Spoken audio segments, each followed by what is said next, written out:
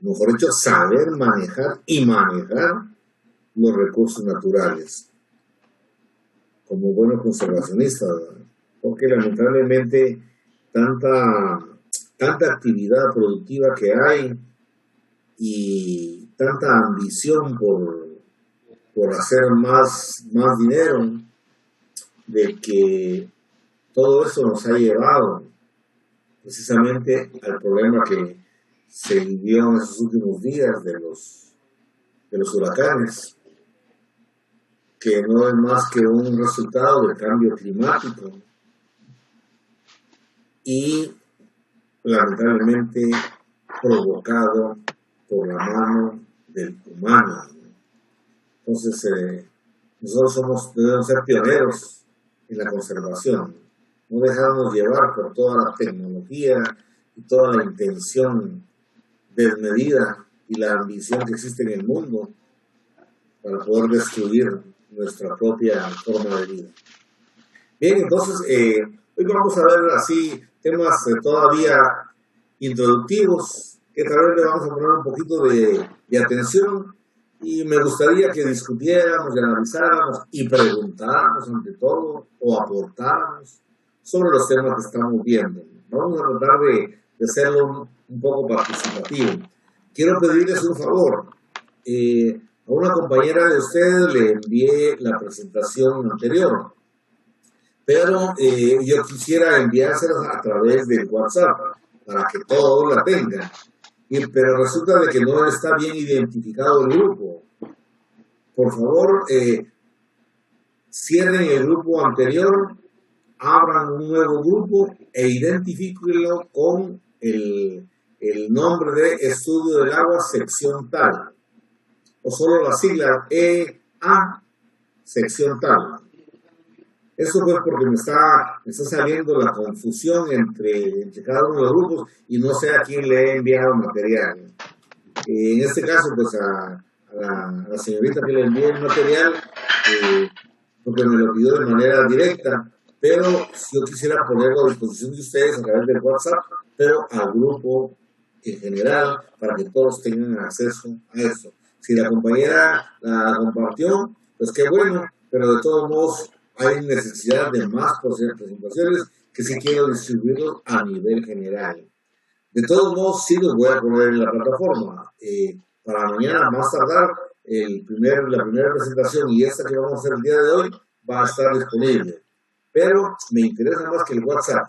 Por otro lado, cuando se les pida informe, por favor, un informe va a ir a la plataforma y el otro envíelo a mi correo personal. Ya ustedes tienen mi correo personal. Entonces, por favor, para poder manejar con mayor facilidad el informe, lo mejor es que me lo envíen directamente a mi correo personal. Bien, entonces, por favor, no se les vaya a olvidar. Entonces, el tema que vamos a ver el día de hoy va a ser usos del agua, y estoy incorporando en esta presentación también una explicación breve de lo que es el desarrollo de pozos y luego el ciclo hidrológico. Entonces, por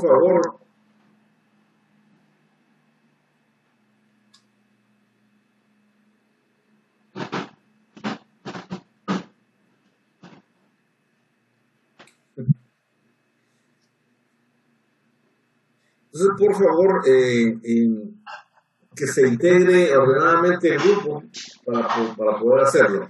Y también, como les recuerdo, siempre la interacción entre ustedes y mi persona a través de preguntas y aportes. Bien, entonces, de acuerdo a lo que yo les mencioné, Fanny, ¿ibas a hablar? No. Está marcada ahí tu... por favor, cuando vayan a hablar, marquen su manita para pedir la palabra, así intervengan. No tengan pena de interrumpirme en el proceso si tienen necesidad de preguntar, que para mí es mucho mejor desarrollar la actividad más dinámica, que ustedes estén también dinámicos, atentos y preguntando, para que esto genere un mejor aprendizaje. Porque solo la explicación que yo doy acá y que les envíe este material, el material es muy escueto, la explicación es algo amplia, pero también la participación de ustedes mejora toda esa condición. Entonces, les mencionaba de que debido a la especulación que existe en términos de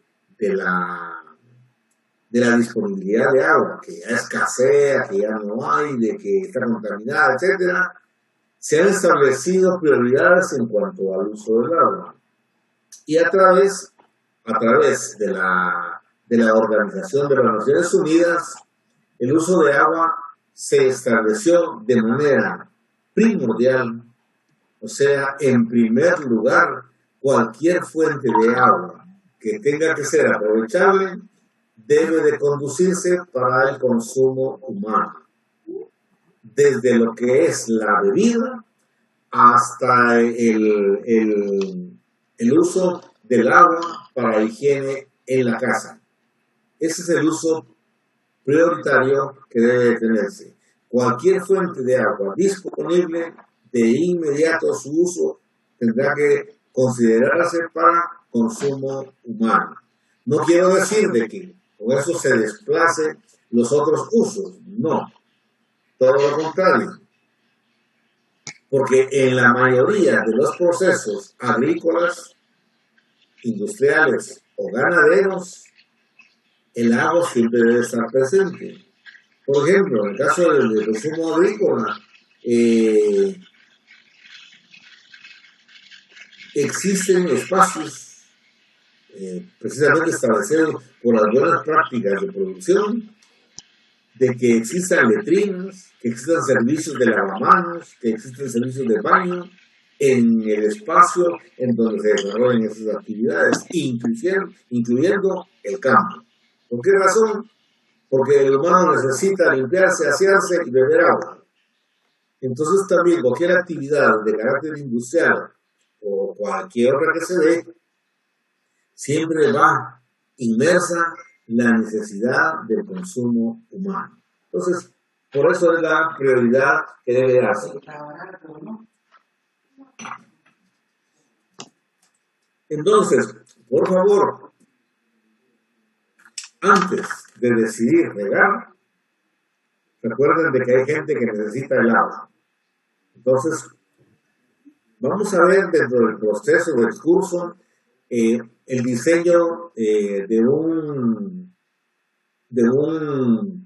sistema de agua para consumo humano a nivel de vivienda, para que tengan ustedes toda esa noción que es importantísima y que cualquier agrónomo en cualquier momento se enfrenta a esa situación y tiene la posibilidad de poder adherirse a ese proceso.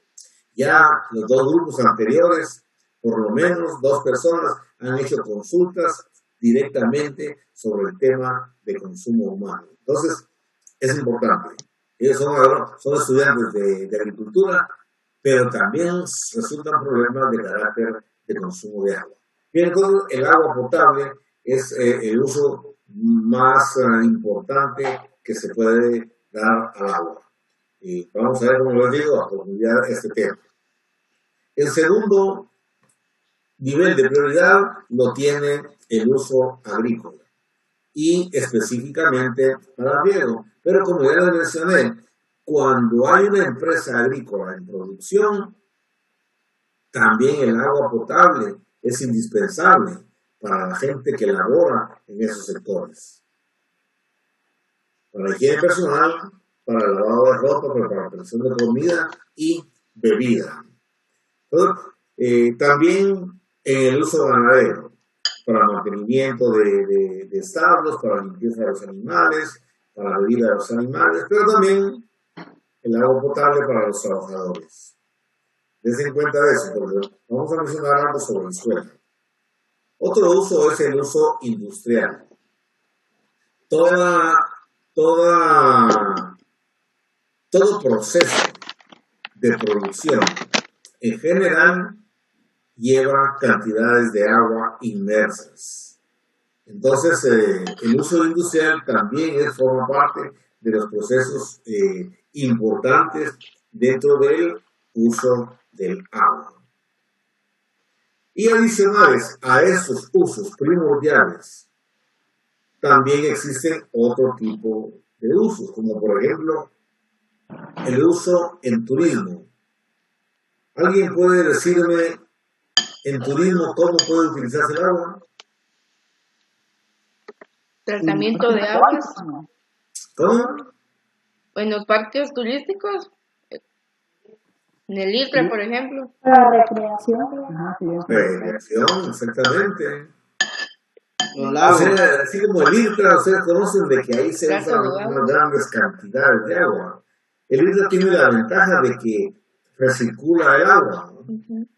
Y entonces las cantidades de agua que utiliza casi como que fueran de carácter permanente y se mantienen en circulación. Por la misma calidad y prestigio del servicio, ellos mantienen agua limpia. Entonces tienen que hacer uso bastante, ¿cómo se llama?, con atención para que no se les escurra cosas que sean malas, ¿verdad? Entonces, por ejemplo, precisamente en esta época de pandemia que no ha estado abierto el lugar, se ha mantenido siempre en circulación toda el agua que ellos utilizan. Entonces, es importante esto. Ahora, en términos de medicina, ¿qué me pueden decir? ¿Conocen algún uso médico? En los hospitales. Veamos en los hospitales para bañar a los enfermos, en los procesos de cirugía, servicios sanitarios, limpieza de accesorios, es decir, el uso en medicina es altísimo. Pero, además del uso médico en términos de administración, también hay usos terapéuticos. Cuando hablo de uso terapéutico es como, por ejemplo, en los baños sauna,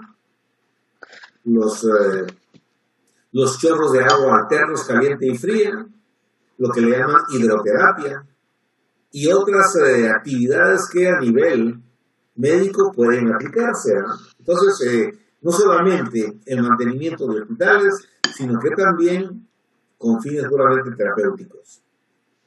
El otro uso es el uso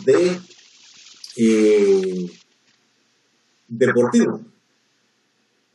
Por ejemplo, en la práctica de natación, el polo acuático, gimnasia acuática, etcétera. Hay también se da también ese tipo de uso a nivel del deporte, también del agua. Y como les menciono, parte de eso es bien importante el mantenimiento de la calidad de agua para que todo el proceso que se dé de uso sea sanitizado.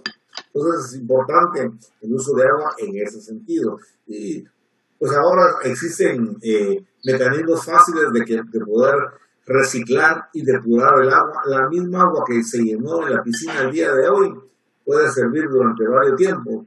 Como hace cada 3 o 4 meses que cambien el agua de una piscina, pero durante esos 3 o 4 meses está en proceso cíclico de limpieza, de depuración y de sanitización del agua. Entonces, no sé, después de turismo, medicina, recreación y deportes, si existe algún otro uso que ustedes conozcan y que no lo haya yo mencionado. En la industria. Sí, en la industria ya está aquí mencionado. No había visto. ¿Qué otro podría ser? En la ciencia no. O sea, por en la ciencia, sí, en los laboratorios y todo eso, el uso de agua, incluso en los ensayos de carácter hidráulico para la fabricación de equipos de bombeo, para tubería, etcétera, los procesos de ¿cómo se llama?, de pruebas y todo eso, necesitan siempre de agua. Entonces hay ¿cómo se llama?, actividades mucho más profundas en los procesos que requieren de agua. Por ejemplo, en el caso del riego agrícola, para la producción agrícola en sí, el agua de riego, pero también para el proceso de aplicación de fertilizantes o de insecticidas o cualquier otro producto químico que pueda utilizarse, siempre dentro del proceso agrícola. Igual en el La proceso ganadero. hidroponía. ¿Cómo? La hidroponía. La hidroponía, sí, esto sí demanda ciertas cantidades de agua y que bueno, forma parte también del uso agrícola. Ingeniero, en la seguridad, por ejemplo, cuando hay incendios. Eso lo había abandonado, fíjense, qué bueno que me has recordado eso. En los procesos de seguridad existen dentro del diseño del sistema de abastecimiento de agua potable el establecimiento de un sistema específico que pueda ser aprovechado en esos momentos de emergencia. Y no sé si ustedes han visto tal vez en caricaturas o bien en las películas ya así dramatizadas, en los cuales en las esquinas, principalmente en los Estados Unidos, que existen lo que llaman hidrantes, que son unos muñecos de metal que tienen llaves, donde llega ¿cómo se llama? La motobomba de los bomberos para abastecerse o bien para poder, ¿cómo se llama? Tomar el agua directamente ahí a presión y poderla disparar hacia los lugares en donde se requieren. ¿Cómo se llama? En Guatemala, cuando la ciudad empezó a crecer, más o menos en los años 50, en algunos lugares se pusieron hidrantes y de repente, no sé si en Quetzaltenango o en Chiquimula todavía tienen el sistema, pero dentro de lo que se ve, Estados Unidos, en las películas, yo no conozco Estados Unidos, pero sí he visto en las películas los hidrantes, y a veces que ocurren accidentes, que carros pegan los hidrantes y sale el chorro de agua, ¿no? Entonces son mecanismos de seguridad. Gracias por el aporte. ¿Algún otro uso? La construcción. En la construcción, perfecto. En la construcción, es otro elemento que hace falta ahí en el uso del agua. Gracias por ese aporte. Y en la construcción se usan grandes cantidades también. Porque, por ejemplo, para preparar las mezclas, para ablandar la superficie de los adobes, de los blocos, de los ladrillos, para el mantenimiento de las terrazas cuando se funden. Una terraza, o mejor dicho, una losa fundida necesita 28 días para que pueda garantizarse ¿cómo se llama? Su resistencia. 28 días de fraguado le llaman los ingenieros. Esos 28 días necesita que la estructura esté bajo de agua, porque el cemento se consolida por medio del agua. Entonces, ahí normalmente ustedes pueden ver en las terrazas que fueron construidas que se les ha hecho un bordillo para mantener agua. La razón es esa, para que el concreto frague de mejor manera y que no haya filtraciones. Gracias por el aporte en ese sentido. ¿Algún otro que se me haya escapado?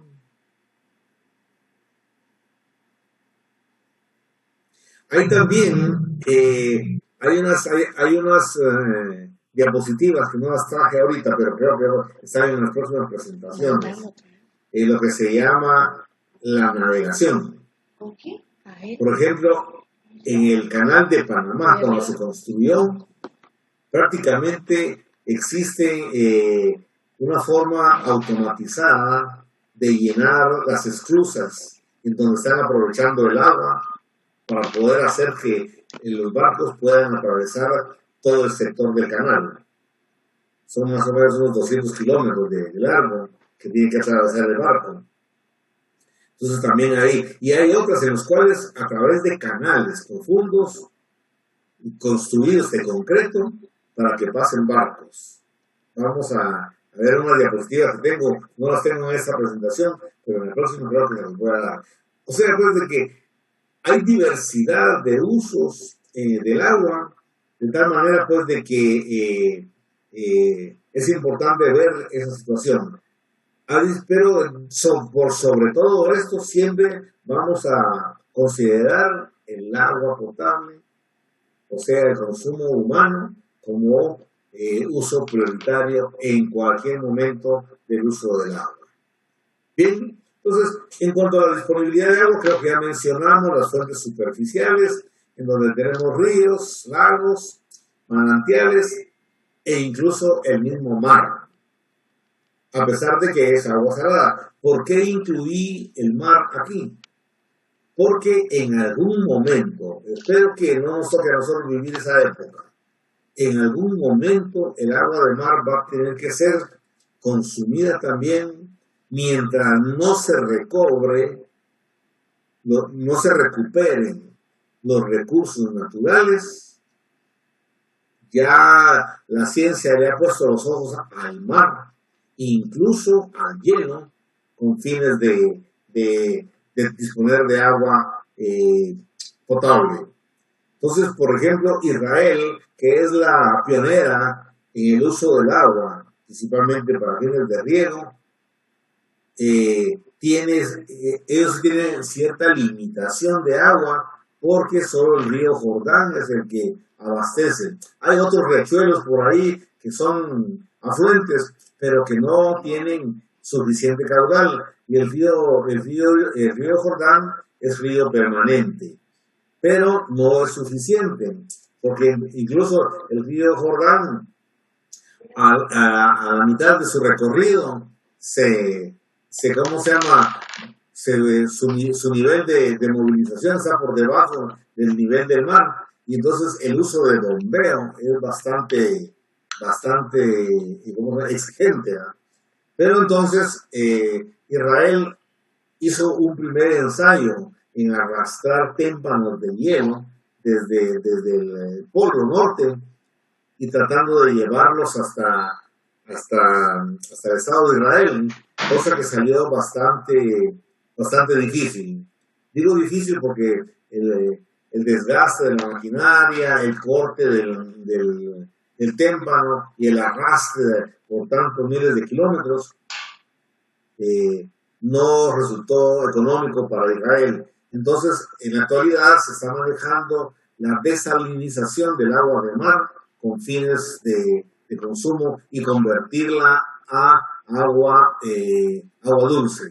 Entonces, el proceso es bastante sencillo. Ustedes han visto el proceso de fabricación de sal en la costa sur. Sí.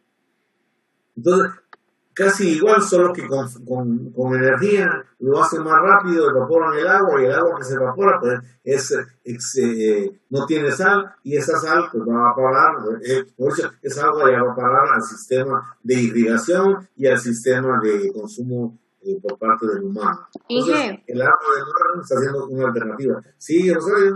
Fíjese que en los Emiratos Árabes parte de España están haciendo este tratamiento del agua de mar, la están desnaturalizando, así como usted decía, actualmente desde los años 60. Desde los años 60, sí pues. Ajá. Y la realidad es de que, a pesar de que, por ejemplo, el caso de España, que tiene bastantes ríos, tiene necesidad a nivel de toda la área costera, porque hasta ahí parece que ya el consumo de agua ya está un poco limitado y tiene más cercano el mar para poder proveer. En el caso de las áreas de los árabes, me están mencionando, ¿no? Me imagino que también como es área desierta, igual que Israel, tiene necesidad de abastecerse de alguna manera, ¿no? Y esto pues ha venido evolucionando, incluso, por ejemplo, en el área de Argentina y Chile. A pesar de que los climas son fríos y a pesar de que existe hielo en las montañas, tanto Chile como Argentina han implementado un mecanismo de las vallas condensadoras. Y las vallas condensadoras no son más que rótulos, pantallas extensas que retienen toda la brisa que sube del mar, del área del Océano Pacífico, suben por la cordillera y llegan a niveles en donde las pantallas condensan el agua y la envían a depósitos y eso pues ya sirven como para uso humano, toda el agua que logra condensarse en las pantallas. Están ensayándose hasta el momento, todavía no son una realidad para toda el área, pero sí ya hay suficiente investigación en ese sentido. Bien, entonces el agua superficial es una fuente de disponibilidad de agua inmediata. Nuestro propósito es conservar principalmente ríos, lagos y manantiales. No ensuciarlos como está Atitlán o Amatlán, que ya no son lagos, sino que desagües. Y por otro lado tenemos pues entonces el agua profunda o el agua subterránea.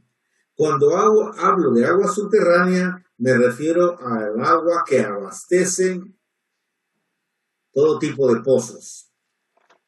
En principio tenemos lo que se llaman los pozos someros. El pozo somero no es más que el llamado también pozo artesanal, que no es más que el que se construye o construye una familia para abastecerse de agua. Pozos pequeños que están a poca profundidad y que son de poco caudal, la mayoría para uso doméstico. En algunos lugares en donde la cantidad de agua supera el metro cúbico por día, puede ser utilizado para pequeños huertos. En la actualidad, un pozo artesanal que produce entre 1 y 5 metros cúbicos al día ya puede ser aprovechado para la agricultura bajo protección. Es decir, se puede utilizar para producción en invernaderos o en hidroponía, en casas mayas, etc. Con poca cantidad de agua, administrándola y manejándola adecuadamente con ese tipo de pozos. Son pozos, como les digo, normalmente construidos con la participación y fuerza humana, con pala, piocha, pico, etcétera, donde el hombre penetra dentro del agujero y va excavando y alguien va ayudando a extraer todo el material hasta lograr tocar un espacio en donde las paredes brotan agua. Entonces son pozos de poca cantidad de agua, pero que son útiles para fines puramente domésticos.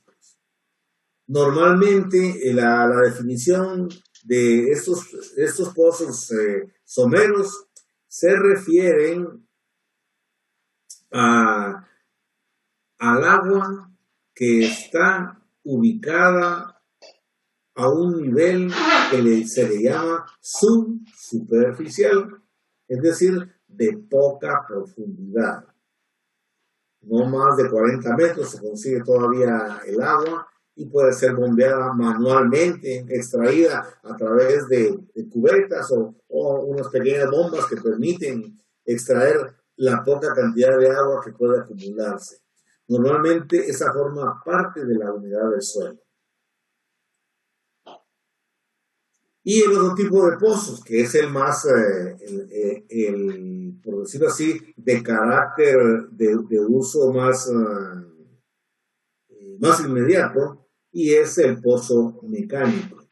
Se le llama pozo mecánico porque para su aprovechamiento es necesario utilizar maquinaria de tipo industrial, maquinaria pesada, ya sea brocas o martillos para esa profundidad de perforación. Normalmente estos aprovechan el agua profunda, o sea, el nivel freático. Ya no usan la humedad del suelo, sino que el nivel freático. Me imagino que ustedes ya han escuchado hablar de la napa freática o nivel freático. ¿Sí?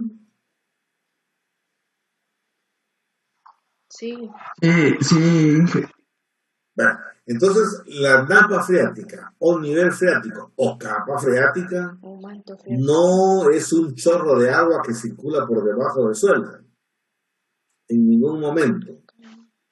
La napa freática es una formación hidrogeológica hidrogeológica, que está entre dos capas impermeables, una superior y una inferior. Y dentro de ese espacio hay un material prácticamente lodoso, que tiene la característica que puede absorber agua, retenerla y poderla ceder en el momento en que pueda utilizarse. Esta característica de movimiento del agua se llama conductividad hidráulica, y ese espacio tiene una alta conductividad hidráulica. Por eso es de que en el momento del uso y la perforación de un pozo de esta naturaleza se investiga primordialmente el nivel de conductividad hidráulica que pueda tener, que es lo que garantiza que el caudal de un pozo pueda mantenerse. Entonces, este tipo de pozos tiene características muy especiales para su perforación, que lo vamos a ver a continuación.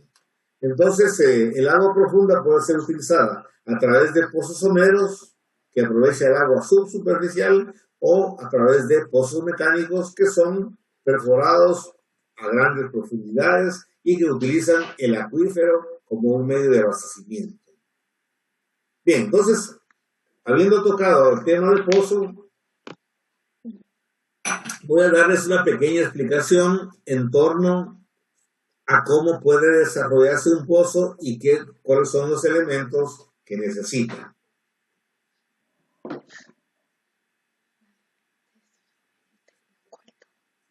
Bien, entonces, ¿cómo se desarrolla un pozo?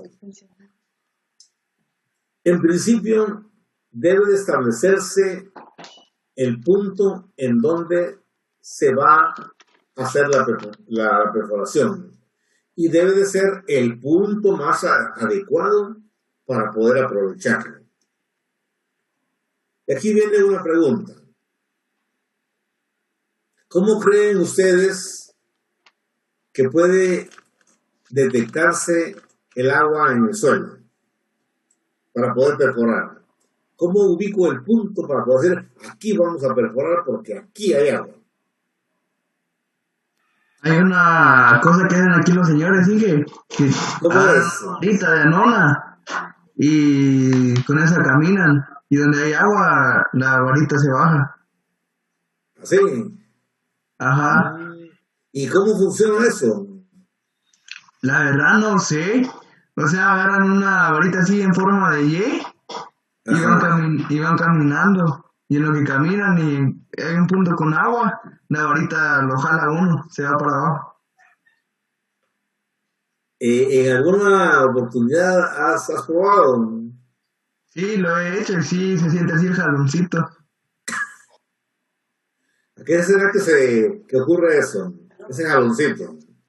No sé, tal vez tenga que ver algo con la savia de la rama y algo del agua, no encuentro explicación.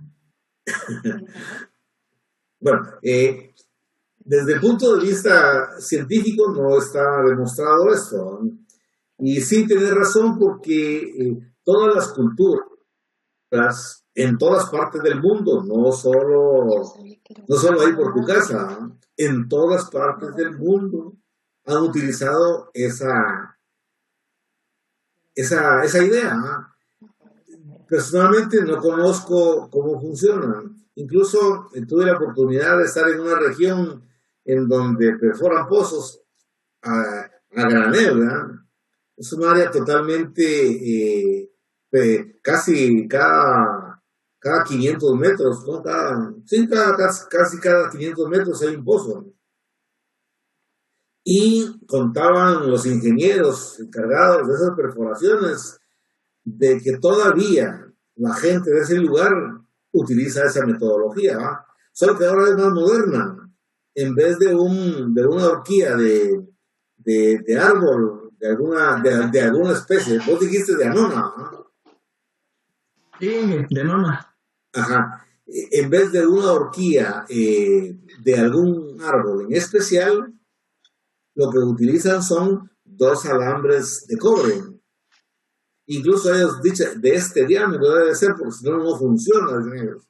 Y entonces llevan los dos alambres de cobre y van caminando. Y en donde ocurre de que se les cruzan los cables, ahí es donde encuentran el agua. Pero hay una cuestión que sí vale la pena mencionar. Cuando les mencioné anteriormente el pozo somero y el pozo mecánico, les mencioné de que los pozos someros son perforados a baja profundidad porque estos pozos se abastecen de la humedad del suelo. Y cuando les mencioné los pozos mecánicos, les mencioné que se abastecen a través del manto freático. ¿Qué quiero decirles con esto? De que en cualquier lado en donde ustedes perforen, van a encontrar agua. Cualquier lugar del mundo.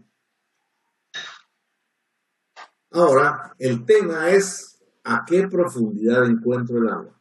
Cuando hablo de pozos someros de baja profundidad, Son 15 no metros. sé tú, Breuda, ahí por tu casa, ¿conoces de algún pozo que se haya construido de esos pozos someros en donde un hombre saca la tierra?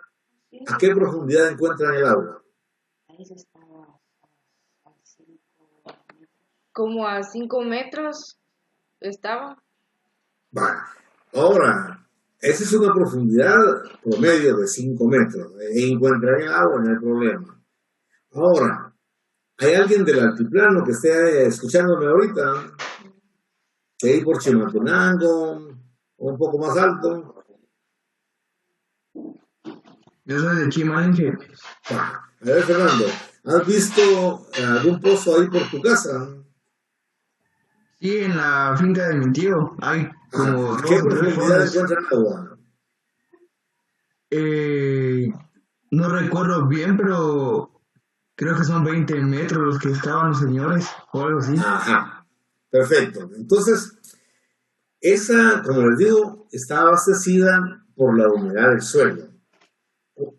En el caso de Breuda, está ubicada en un lugar en donde está cerca del mar.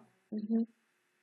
Y ahí casi todo el movimiento del agua subsuperficial ahí va a dar. Cuando estamos perforando a nivel de la costa, ahí nomasito encontramos el agua. Pero cuando empezamos a subir la montaña y vamos al altiplano, ya hay una diferencia de la profundidad. Y yo he visto pozos ahí en Tepán perforados a 40 metros. Y lo mismo ocurre con los pozos mecánicos. Los pozos mecánicos a nivel de la costa, a 20, 30 metros se encuentran ya el acuífero. Pero cuando subimos, aquí nomás en la escuela, la profundidad a la cual están perforados los pozos es de 180 metros. Los pozos de baja profundidad, de que se menciona Breuda a nivel de 5 metros, y allá en Chimaltenango a 20 metros, es el agua subsuperficial. Son pozos que tienen poca agua, que si mucho llegan a unos 5 metros cúbicos por día. Pero si quieren eso para regar, solamente para riego de invernaderos, no para otro tipo de riego. Por eso esos pozos se utilizan y se le llaman pozos domésticos porque solo abastecen las necesidades de agua de una familia o 2 familias, si hubiera más volumen. Pero para el caso de los pozos mecánicos en los cuales se perfora grandes profundidades, estamos hablando de caudales más altos. Por ejemplo, les menciono este caso, el caso de la escuela. No sé si saben cómo se abastece la escuela de agua. Con reservorios. Por pozos mecánicos. Exactamente. Hay 5 pozos mecánicos perforados en la escuela. Uno está allá abajo en el Consulado Sur, otro está en la Hortaliza, a media Hortaliza, otro está perforado en el área de producción animal, el otro está perforado en el área de cítricos y aguacate, en el área de extensivos, y el último está perforado allá en el terreno del Yan. O sea, hay 5 pozos, de los cuales solo 4 están funcionando. Son uno que está abasteciendo propiamente lo que son extensivos, el otro que abastece, los otros dos, mejor dicho, el de producción animal y el de Consulado Sur abastecen todo el riego del área central, y el que está perforado en la hortaliza solo abastece el sistema de agua potable de toda la escuela. Pero son pozos que están perforados a 180 metros de profundidad promedio y tienen un caudal aproximadamente de unos 190, 200 galones por minuto, y que necesitan un equipo de bombeo que oscila entre 40 y 60 caballos de fuerza, motores eléctricos con bombas acopladas y de sumergibles que requieren de energía trifásica. Entonces, la escuela sí usa bastante esa agua, pero estábamos en el punto de ubicación en donde voy a perforar. Y cuando hablo yo de punto de ubicación donde perforar, les he de decir de que en cualquier lugar en donde perforemos vamos a encontrar agua. ¿A qué profundidad? Es la duda. Sin embargo, las empresas profesionales que ofrecen sus servicios en la perforación de pozos cuentan con mapas hidrogeológicos en los cuales tienen determinadas los niveles a través de curvas que establecen en qué posición se encuentra el agua en determinado lugar. Esto lo han hecho ellos a raíz de que se ha demandado mucho la perforación. ¿Cómo obtuvieron esa información? Pues existe información a nivel de satélite. El satélite ha fotografiado con cámaras infrarrojas los niveles de profundidad del agua freática. Y es así como se han elaborado mapas hidrogeológicos. Y en cualquier momento, si a mí me dicen dónde se va a perforar un pozo, la empresa tiene el lugar específico en donde se va a perforar. Entonces, ahora es mucho más fácil. Ya nos evitamos el palito, la horquilla de anona o los palitos de alambre de cobre, sino que tenemos información de que en cualquier lugar perforamos, encontramos agua. Ingeniero, ¿Sí? disculpe con una pregunta. Como digamos así en los pueblos, digamos mayormente aquí donde vivo, la mayoría de casas usan con fosas para desechos. Y digamos, ellos no lo tienen así para, digamos, que tenga una salida, sino que esa fosa se filtra. Y digamos, es recomendable usar un pozo porque, digamos, siempre va a haber esos desechos en el suelo y pueden llegar hasta la misma agua del suelo. Sí, exactamente. Hay recomendaciones específicas para poder perforar un pozo artesanal. Como sabemos de que el pozo artesanal, su uso va a ser para abastecer, a la familia. Entonces, lo que se procura es de que una de las recomendaciones sea cumplida, de que el pozo, en primer lugar, esté colocado a una distancia mínima de 15 metros de una letrina, o de una fosa séptica, o de una descarga de drenaje, y que esté en posición superior, desde el punto de vista topográfico, de la letrina, que esté arriba de la letrina, para evitar de que el agua que escurre de la letrina vaya a contaminar aguas abajo. Entonces, estando el pozo arriba, el agua no se mueve para arriba, sino que se mueve para abajo. Entonces, no hay contaminación. A 15 metros de distancia y en posición de arriba, estamos correctos. No hay problema. Esa es recomendación a nivel del Ministerio de Salud. Y eso creo que se maneja a nivel internacional. Entonces, adicional a esto, hay que proteger el pozo. Porque ocurre lo siguiente. Los animales los niños y adultos traviesos defecan o bien orinan cerca. Y entonces cuando viene la lluvia arrastra los restos de defecación y de orina y los mete al pozo. Entonces siempre hay que hacerle su medida de protección a través de un brocal. Aquí vemos el brocal, es esto, este es un pozo somero, este es el brocal. Cualquier agua que escurra alrededor de esto no va a penetrar porque tiene suficiente protección que evitaría que el agua sea contaminada. De todos modos, eso, si se construyó aquí este pozo, aguas abajo, se tuvo que haber construido una letrina o el servicio sanitario, así para evitar de que el agua corra hacia el pozo. Entonces, esta protección es importante. Una fosa debe estar protegida si se abastece de agua de escurrimiento. Contesta tu pregunta. Sí, gracias, ingeniero. Bien, entonces, el punto de perforación ya vimos de que puede ser en cualquier lugar. Lo único que se recomienda es de que no vayan a perforar en la sala de mi casa, sino que debe ser perforar a campo abierto. Y en cualquier lugar se encuentra agua, tengámoslo por norma, en cualquier lugar se encuentra agua. Ahora, el tema es a qué profundidad. Bien, entonces, ahora la perforación.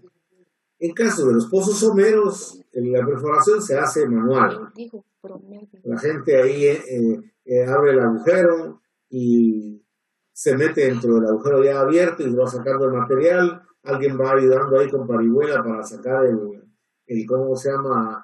Lo que se encuentra hasta que llega el momento en que el perforador encuentra que la pared del pozo ya está brotando agua y busca la manera de que se acumule y, como les digo, es agua que es de escurrimiento subsuperficial, no es el acuífero.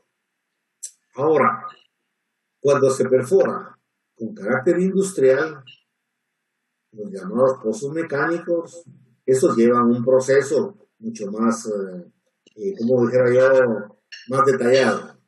Entonces, la perforación se hace ya con maquinaria. Y por lo menos hay 3 formas en que se puede trabajar la perforación. Una forma es lo que se llama el método de percusión. Este método de percusión es a golpe. Se introduce una varilla en el punto donde se va a perforar y la máquina golpetea la parte alta hasta que vaya lográndose la perforación del diámetro que se requiere. Por otro lado, puede utilizarse también lo que se llama el método rotativo.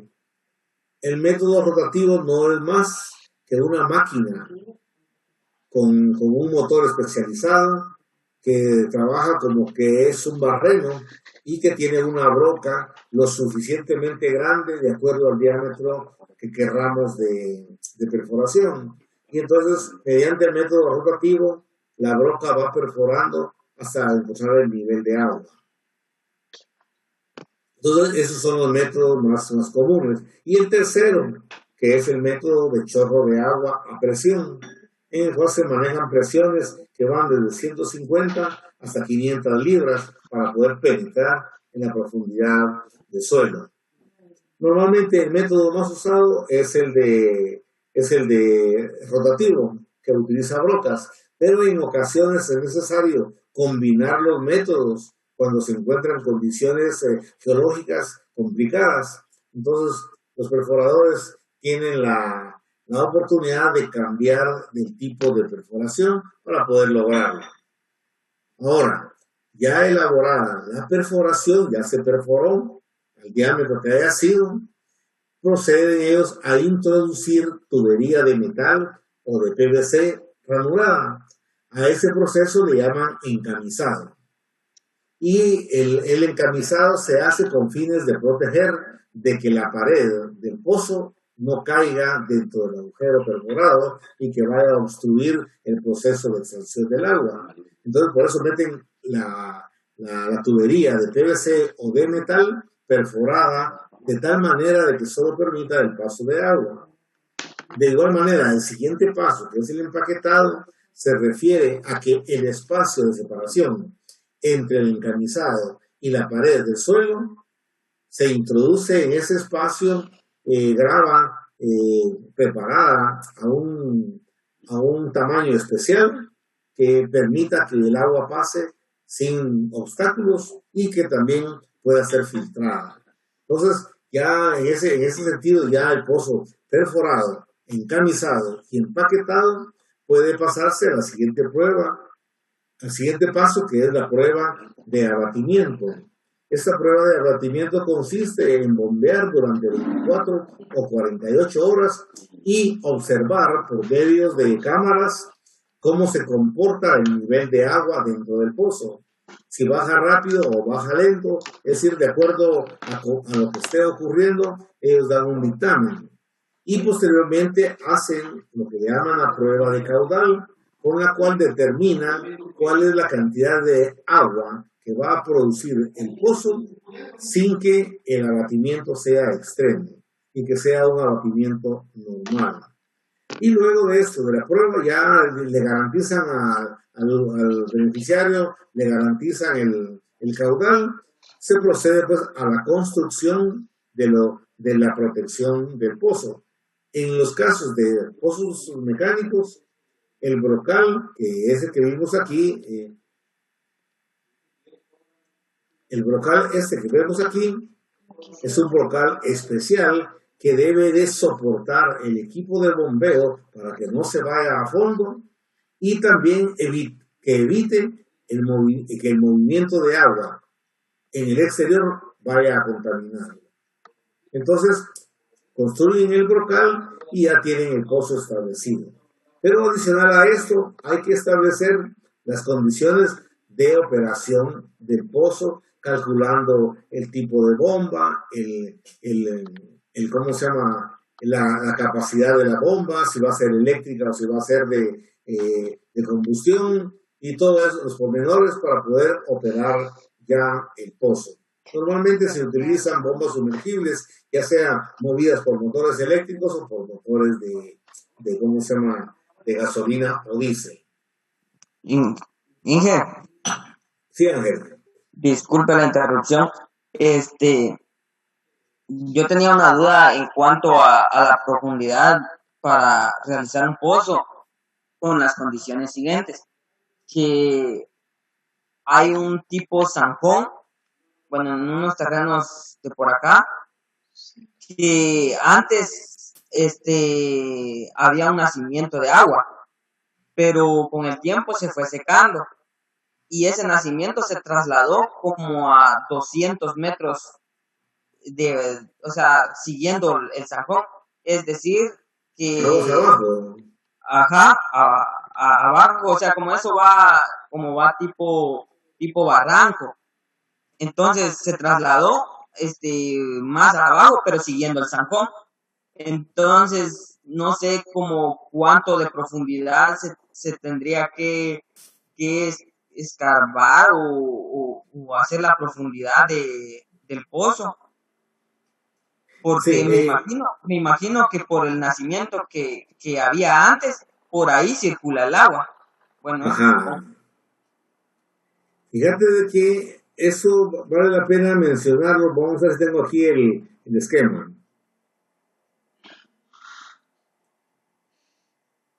Todo sale en mi grabación. No lo tengo aquí.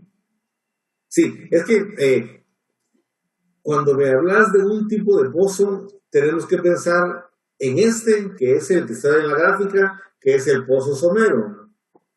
Y aparte, el pozo mecánico. Bueno, Esto es lo que está. el pozo somero, como mencioné, se abastece del escurrimiento interno en el suelo, pero un escurrimiento que se le llama subsuperficial, de poca profundidad. Si yo necesito construir un pozo de estos, es porque solamente voy a abastecer el consumo de mi familia. Porque la cantidad de agua que produce un pozo de estos es muy liviana porque se abastece de la humedad del suelo. A diferencia de un pozo mecánico en el cual puede descargar, como lo menciono yo en el caso de la escuela, que tenemos promedios de 180 galones por minuto, pero está perforado a 180 metros. Lo otro es de que el agua la encontramos en cualquier lugar que perforemos, no necesariamente cerca del río, no necesariamente cerca de un nacimiento, sino que donde querramos perforarla. Lo que nos facilita el río y el nacimiento es de que sentimos de que el agua está cercana. Pero recordemos de que el río y el nacimiento está aguas abajo y de repente mi casa está arriba. Tengo que bombear hacia arriba. Entonces da lo mismo perforar ahí arriba y buscar en donde hay escurrimiento de agua y ahí puedo colocar el pozo. No es problema. Entonces, no nos dejemos guiar exclusivamente por la salida de un nacimiento. En todo caso, ¿para qué voy a perforar un pozo si el nacimiento me puede abastecer? Solo armarle un espacio en donde poder almacenarla y si está dentro de mi terreno, desde ahí bombear de una vez. No sé si me doy a entender, pero si quiero más caudal, sí tengo que perforar en cualquier lado, pero a mayor profundidad. Sí, gracias, ingeniero. Correcto. Bien, entonces... ingeniero. Sí. Disculpe, ¿será que puede hacer el gran favor de repetir el paso 3 y 4? Esos dos no me quedaron muy claros. Perfecto, gracias. Bueno, el encamisado se hace después de hecha la perforación. El encamisado consiste en introducir dentro del pozo tubería de metal o en la actualidad ya hay tubería de PVC de alta resistencia. La idea de meter ese encamisado es evitar que las paredes del pozo vayan a derrumbarse dentro del pozo y vayan a echarnos a perder el trabajo que hicimos. Entonces, en ese sentido, el pozo está protegido. Ahora, ¿cómo va a entrar el agua al pozo? Pues en la tubería la meten con agujeros. Por eso le puse aquí tubería ranurada. Y esos agujeros no son agujeros solo hechos así por hacerlos. Tienen cierta medida y van a estar ubicados exclusivamente en donde está brotando el agua. Bueno, ahora, entre la pared de perforación y la tubería que se introdujo, queda un espacio sobrado. Es decir, la holgura entre la tubería y la pared del pozo. En ese espacio se mete grava. La grava no es más que piedra triturada a determinado tamaño, que normalmente el tamaño coincide con la ranurada que se le hizo a la tubería, para garantizarnos de que el agua esté prácticamente pasando en todos los lugares, ¿verdad? Entonces, esto nos garantiza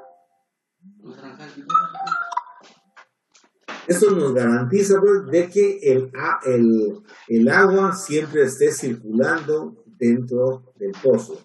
Esos son los dos elementos. Hoy sí me entendiste.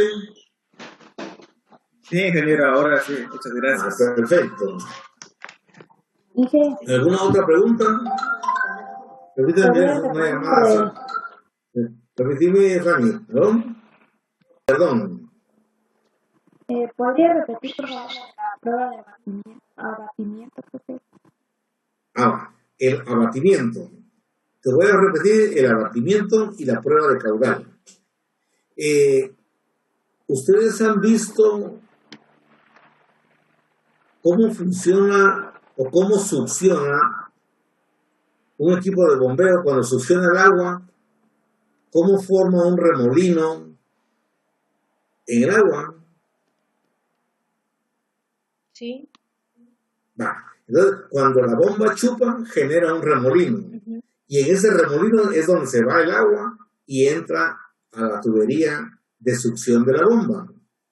Entonces, si en ese remolino se forma una superficie y luego converge con donde está el tubo. Eso se le llama abatimiento. Entonces, la prueba de abatimiento consiste en que ponen a funcionar el equipo de bombeo dentro del pozo y por medio de sondas y ¿cómo se llama? Ahorita lo hacen ya con computadora, ¿no? Ya no con golpes eléctricos, sino con computadora. Meten una cámara en la punta de una manguera y afuera tienen el monitor y arrancan la bomba y empieza a bombear el equipo y entonces se forma ese cono de succión hacia la bomba y entonces se mide por medio de la cámara que se tiene y entonces se identifica si el bajón que pega la bomba en el momento en que chupa es muy profundo o es muy leve.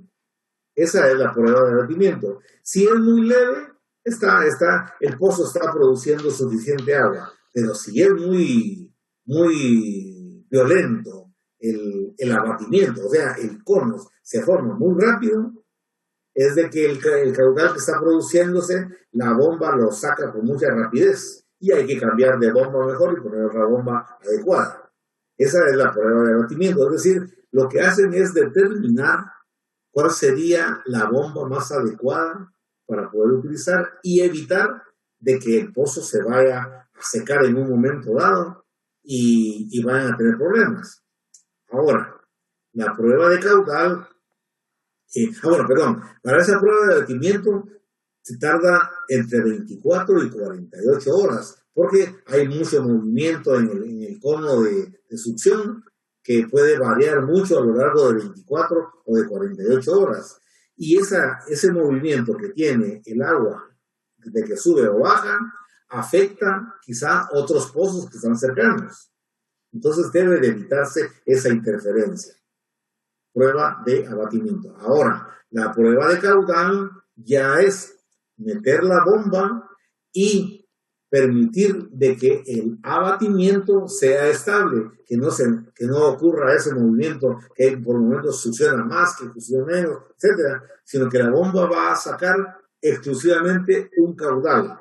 Y ese es el caudal que nos va a determinar, que nos va a comprometer el que perforó el pozo. Es decir, ya el caudal ya es una cantidad medida de agua que nos va a permitir usarlo. A cambio del abatimiento no hay caudal, sino que solo hay movimiento del agua dentro del pozo y ese comportamiento lo determina a través de las cámaras de televisión. No sé si esto te amplía más la pregunta. Sí, ya más claro, gracias. Perfecto. ¿Alguna otra pregunta antes de continuar?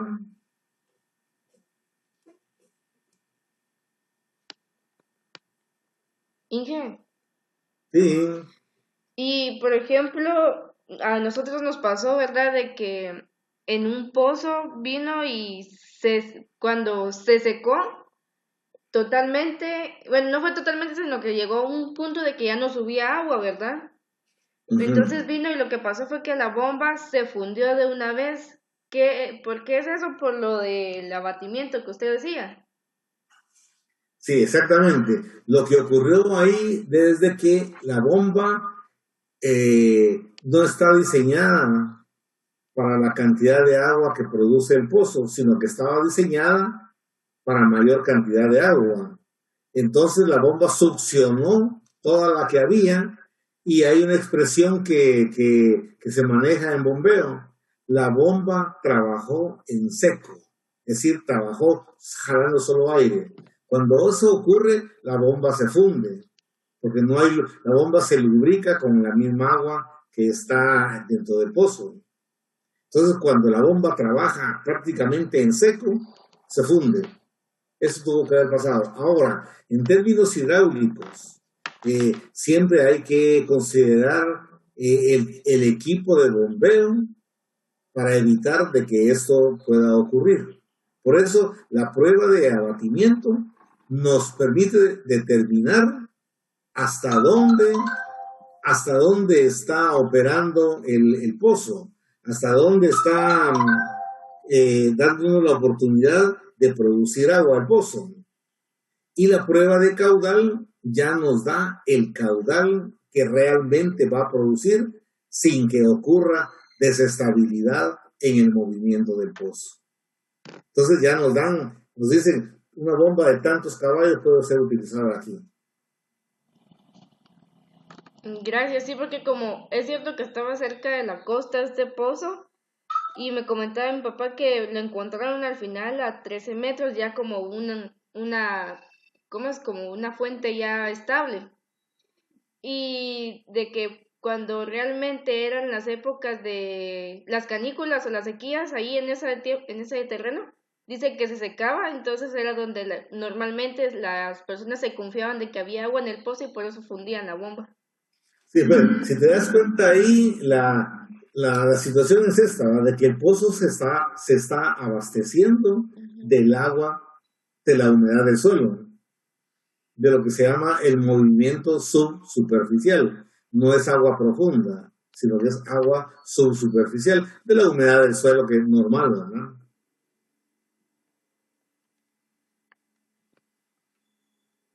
Sí, gracias.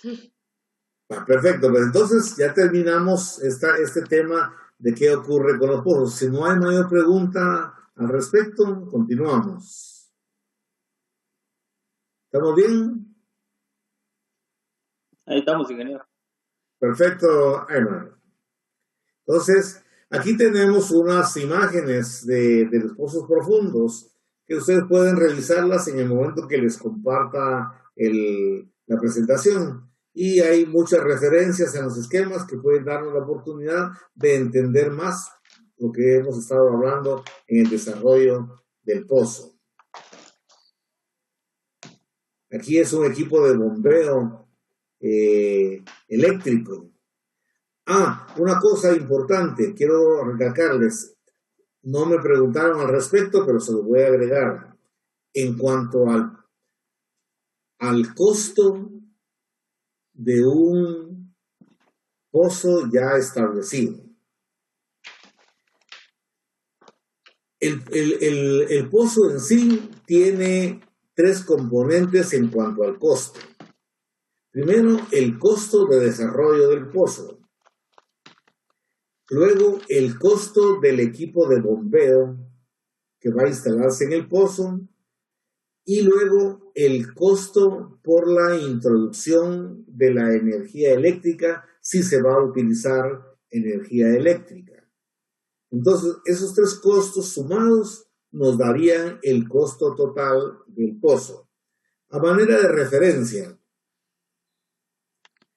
en la perforación y desarrollo del pozo, el promedio de costo está entre 150 y $200 por la perforación de un pie de profundidad.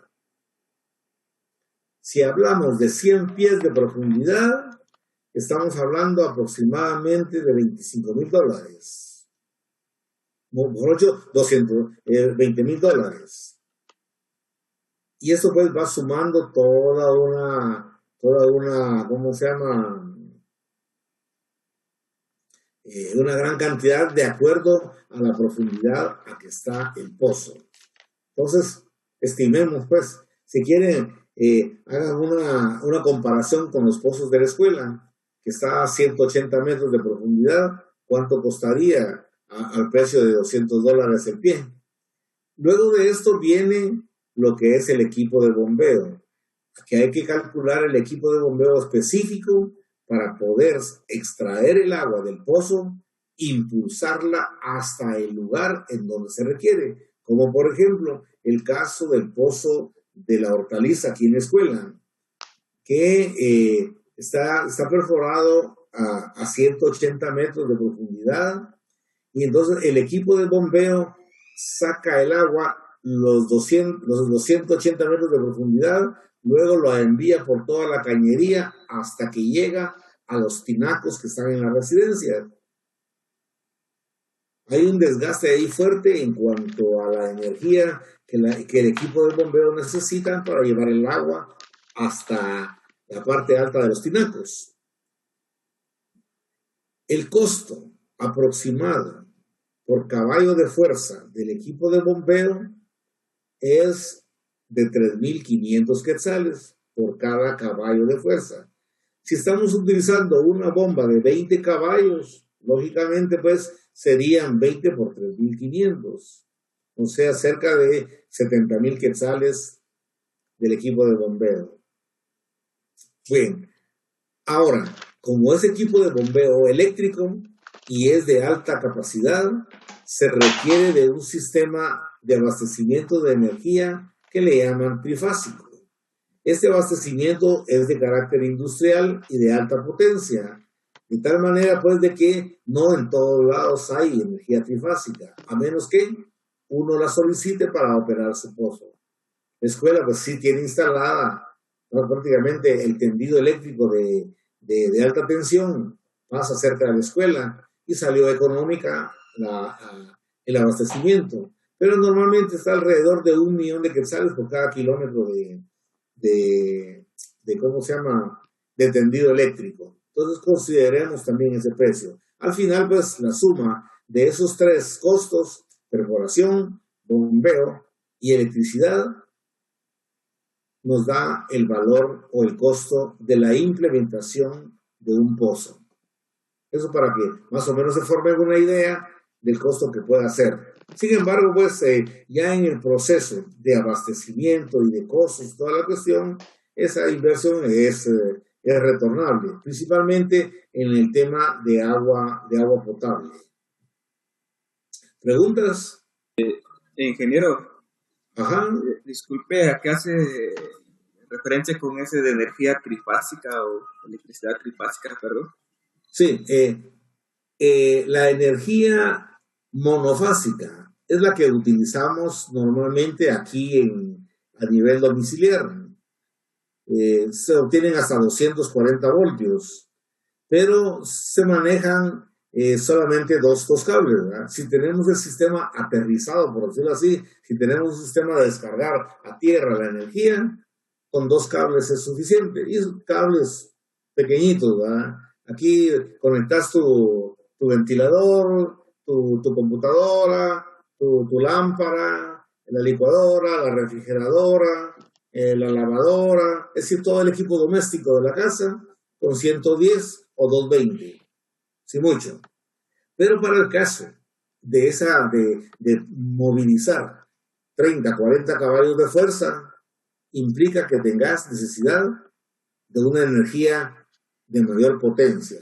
La potencia de la energía está dada por el amperaje, no por el vatiaje, sino que por el amperaje. Entonces, a eso hay un generador específico de 3 cables y se le llama trifásica porque normalmente uno observa que van 3 cables que vienen del generador o de la planta generadora, y ese es el que se conecta precisamente para el equipo de bombeo de alta potencia. Esa es la diferencia. Ya es energía industrial para maquinaria pesada. Ya, ingeniero, y con respecto a eso que dijo, por ejemplo, los pozos caseros, cuando se utiliza bomba, ese tercer cable no se utiliza, ¿verdad? No, esas operan hasta 5 caballos, creo que se pueden operar con ¿cómo se llama?, con energía monofásica. Pero incluso ahorita hay una gran ventaja. Se ha logrado alta potencia para operar equipos grandes con energía solar. Entonces, suponete para mover, si tenés tu pozo somero y con medio caballo o un caballo necesitas para elevar tu agua a la condición de uso, con un pequeño panel de energía solar puedes operar tu máquina, no es problema. Gracias, ingeniero. Perfecto. Bien, entonces, concluido el tema de pozos, procedemos a continuar con el tema del ciclo hidrológico. Yo creo que ahorita ya estamos casi bordeando el tiempo, ¿no? Casi tenemos 15 minutos todavía. Vamos a hablar en torno a esto. Creo que lo mencioné de que el ciclo hidrológico no es nada moderno. Hace 2800 años, el sabio Salomón, rey de Israel, escribió en su libro de Eclesiastés y describió ahí el ciclo hidrológico de una manera bien sencilla. Entonces los invito a que si tienen en algún momento la oportunidad de leer la Biblia, acérquense al libro de Eclesiastés, que ahí van a encontrar cómo Salomón describe el movimiento del agua en lo que ahora conocemos como ciclo hidrológico. Que quede la invitación ahí para ustedes.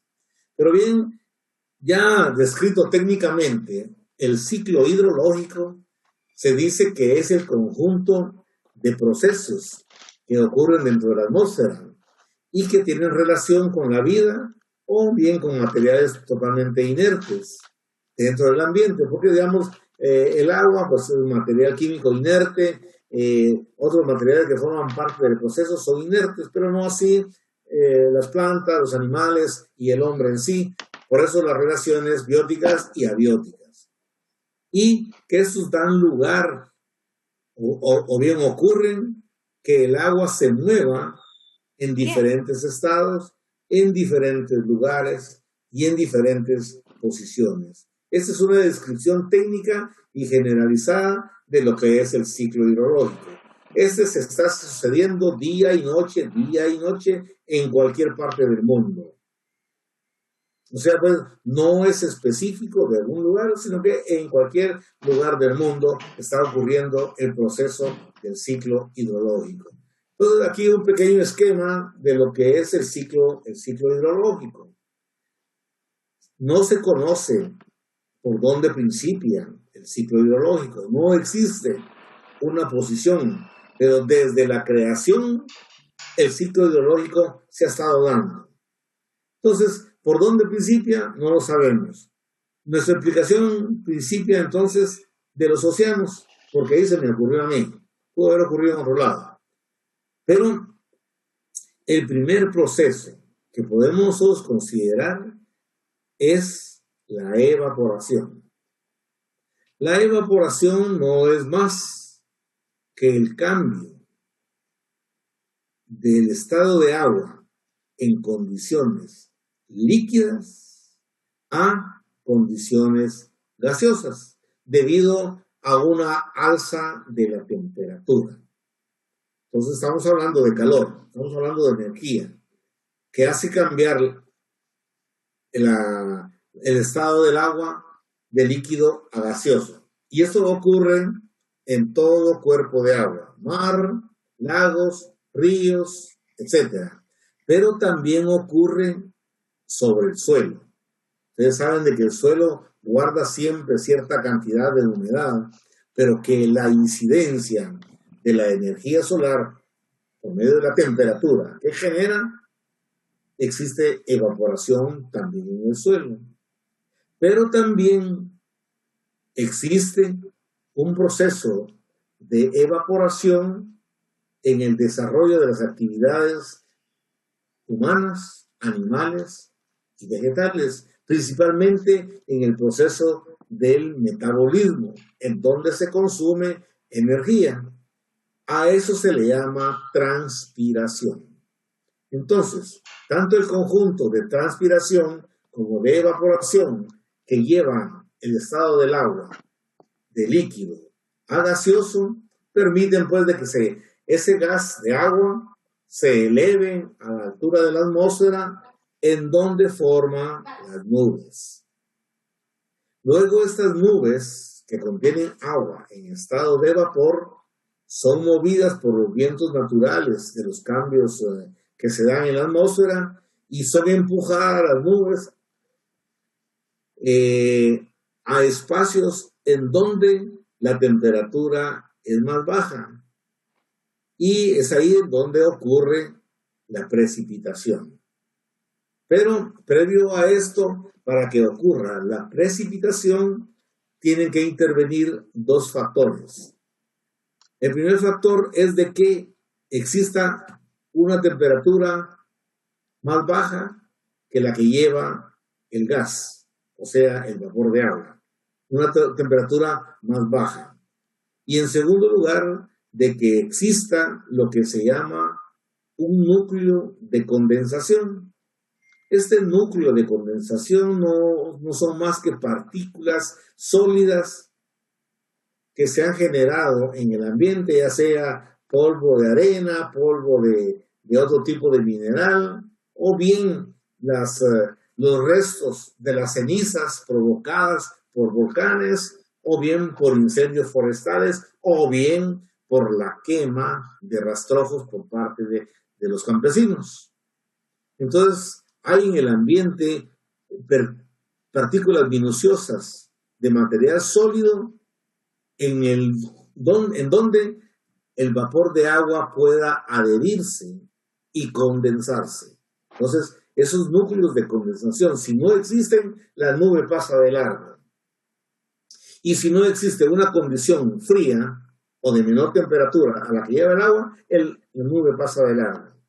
Pero si se dan esas dos condiciones de temperatura más baja y de núcleos de condensación, el vapor de agua se adhiere a las partículas sólidas y cambia su estado de gaseoso nuevamente a líquido y produce la precipitación. Entonces aquí vemos que hay un espacio de condensación y luego la precipitación. La precipitación puede ser líquida, puede ser sólida. Líquida cuando estamos hablando de agua y sólida podemos hablar de granizo o de nieve. En cuanto al granizo, este se genera por causa de una temperatura excesivamente baja en comparación a la temperatura que trae el vapor de agua. Entonces, se forman los pequeños núcleos, en los pequeños núcleos de condensación, las gotas que de inmediato se congelan y precipitan en forma de granizo. En relación a la nieve, son condiciones muy especiales, muy particulares en el ambiente, que no se dan en Guatemala, sino que solamente en las áreas por encima de la latitud norte. Entonces, y de la latitud sur por consecuencia, ¿no? Entonces, difícilmente podemos tener en Guatemala precipitaciones de nieve. No hay, ni han habido. Tal vez alguien por ahí mencionó de que en San Marcos hubo, pero ahí fue hielo, no fue nieve.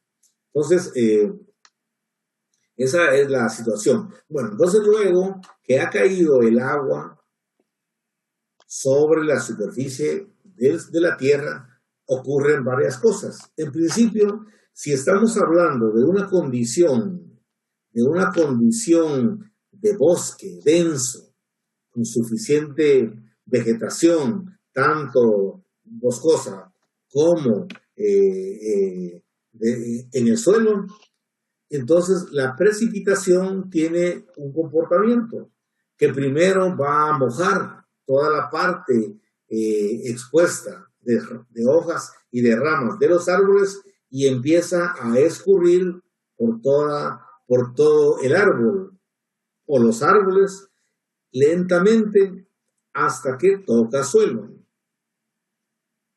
Y entonces cuando el agua ya escurrida de la vegetación cae al suelo, empieza en su lentitud a penetrar en el suelo, a infiltrarse en el suelo. Parte de esa agua forma lo que se llama el escurrimiento subsuperficial, del cual hablamos de que humedece el suelo, abastece manantiales, abastece pozos soberos, y parte de eso se infiltra más profundamente para recargar los espacios del agua subterránea o agua profunda, o bien lo que llamamos capa freática. Cuando el suelo ya ha perdido su capacidad de infiltración, y empieza a saturarse, el agua empieza a escurrir por la superficie del suelo. Y ese movimiento puede ser detenido por la cobertura vegetal y continuar el proceso de infiltración. Y esto, conforme va avanzando, poco a poco, va formando los manantiales y va llenando las crecidas instantáneas de los ríos y de lagos. Eso dentro de condiciones normales. No sé si ustedes han escuchado acerca de que el bosque llama al agua. Eso creo que lo comentamos en la sesión pasada. Y mencionamos de que el bosque en sí forma un estado de microclima que permite un cambio de temperatura más fresca que la que trae la nube. Y entonces ahí se genera ese proceso de condensación y luego de precipitación.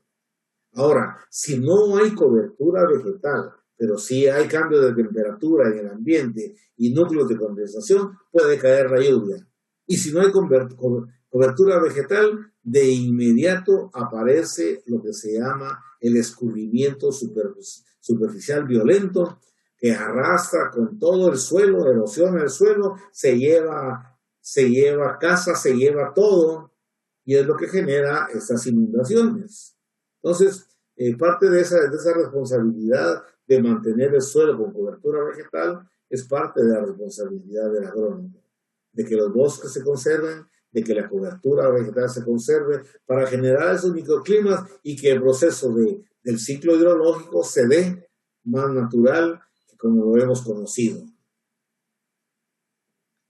Entonces, esa es la condición del ciclo hidrológico o ciclo del agua. Y aquí tenemos una descripción del proceso, ya en forma más explicativa, acerca de cómo se comporta toda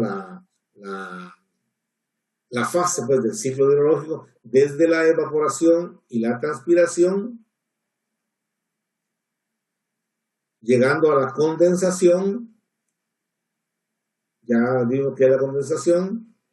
Y aquí hay una condición. Vean esta situación bien interesante. Ustedes me imagino que han sacado de la refrigeradora alguna botella de agua para beberla. Y sacan la botella de la refrigeradora, cierran la refrigeradora, ponen la botella en la mesa y de inmediato ocurre eso. Normalmente la gente está sudando la botella. Cuando se toman ustedes una Coca-Cola recién salida del refrigerador que se llena de agua, ¿qué ocurrió ahí? Condensación. Condensación. ¿Pero de dónde se condensó? La botella. Humedad. ¿Qué humedad? La humedad del ambiente. Correcto. Entonces, la botella está a baja temperatura y conforma un núcleo de condensación. Y de inmediato, si se dan cuenta, se forman las gotas de agua de la humedad condensada del medio ambiente. Eso es lo que ocurre ¿Por qué ocurre la lluvia? ¿Va? Existen pequeñas partículas o núcleos de condensación con una temperatura más baja y ahí se adhieren las gotas de agua vaporizada, se condensan y cuando ya la gota ya es suficientemente grande, ustedes van a ver en su botella que cuando la gota ya se acumuló, empieza a escurrir, les moja la mesa. Entonces, esta es una forma evidente de cómo ocurre el proceso de condensación y luego, pues, la precipitación. Ya hablamos de una precipitación líquida y de una precipitación sólida que se genera bajo diferentes condiciones. Luego hablamos también de lo que es la circulación del agua por parte de la infiltración, la infiltración subsuperficial y la infiltración profunda que llena el acuífero. Aquí tenemos algunos otros esquemas, el proceso de solidificación. Hay un proceso también interesante que tal vez nosotros no lo hemos considerado. Pero, por ejemplo, volvamos nuevamente al refrigerador y abrimos la nevera o el congelador. Y cuando lo abrimos, adentro, ¿qué hay? Hay hielo. Y todo lo que tenemos ahí adentro congelado. Pero cuando abrimos la puerta del congelador, sale un humo frío. ¿Cómo se le llama a ese proceso? Solo me recuerdo que se le llama bao. Sublimación. El vaho. ¿Alguien que pueda aportar algo más? Es el proceso de sublimación. Correctamente. Ese vaho que menciona Breuda no es más que el fenómeno de sublimación.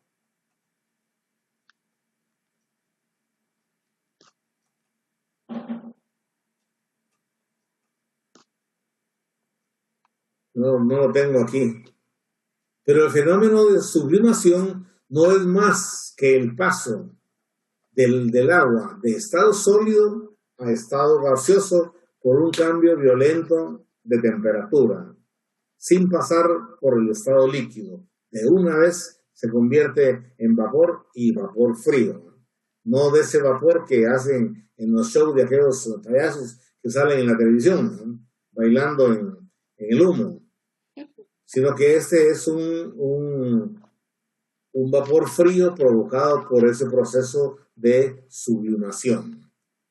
Entonces, ya con esto pues damos por concluido el tema de hoy.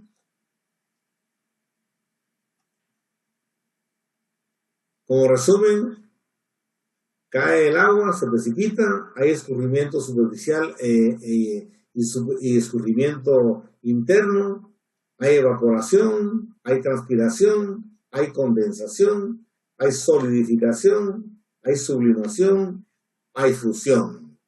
Esos son todos los pasos por los cuales el agua puede pasar durante el ciclo hidrológico.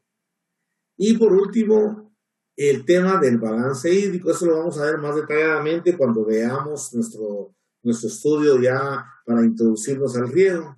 El balance hídrico no es más que el equilibrio de la disponibilidad de agua a nivel del ambiente, en el cual pues existen ciertos elementos que generan ese equilibrio para mantener la condición normal de un ambiente. Este es un modelo que normalmente se maneja en términos de balance hídrico y que vamos a manejarlo cuando estemos ya diseñando riego, que nos va a ser de mucha utilidad para poder determinar cuáles son las cantidades de agua que realmente puede disponer o necesitar un cultivo. Bien, entonces, ¿alguna pregunta previo a que terminemos la presentación?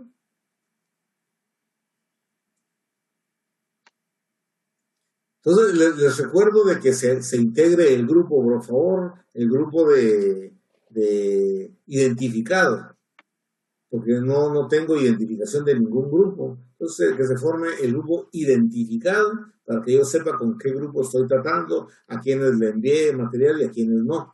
Inge, De todos modos, el día de mañana, en horas de la tarde, ya va a estar en la plataforma Molde, ya va a estar las presentaciones de las cuales hemos trabajado en estos 2 días. Inge, Sí, Breuda. ¿ya está el grupo? Es que se pero no se ha recuerda que habíamos identificado como hecho uno. sección. Ya, estudio del agua C. Y en la foto tiene Este es. sección C, Perfecto. estudio del Vamos agua. a verlo. Es ahorita que el que Es acabo de estudio crearle del agua, otro. sí. Ujú. Ya. Aparecen 2. Sí, pero usted dijo que creáramos El uno. Breuda se Entonces, eliminó, correcto. ajá. Gracias, Breuda. Vaya, Inge. Sí, pues entonces solo nos faltan los otros 2.